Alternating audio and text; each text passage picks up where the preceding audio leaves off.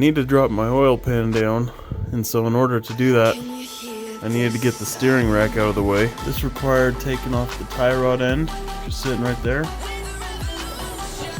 The other tie rod end, popped it out right there. A bolt and a nut holds this bushing in this bracket right here.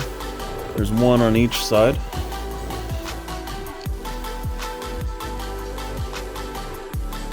I've already got the bolts and nuts off of my oil pan.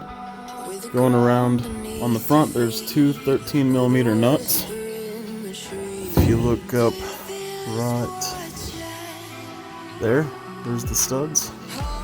And then going around the pan is 13mm bolts. The 4 bolts on the back are 16mm. You have those 4 along the bottom. And then the only 2 I have left are 5mm Allen keys in the back. There's one on each side. Then once my oil pan is down, I'll have access to my connecting rod caps, and I can take the 2 bolts off to crack those loose, keeping the caps and the bearings on the same rod, keeping those together, and pop my pistons out.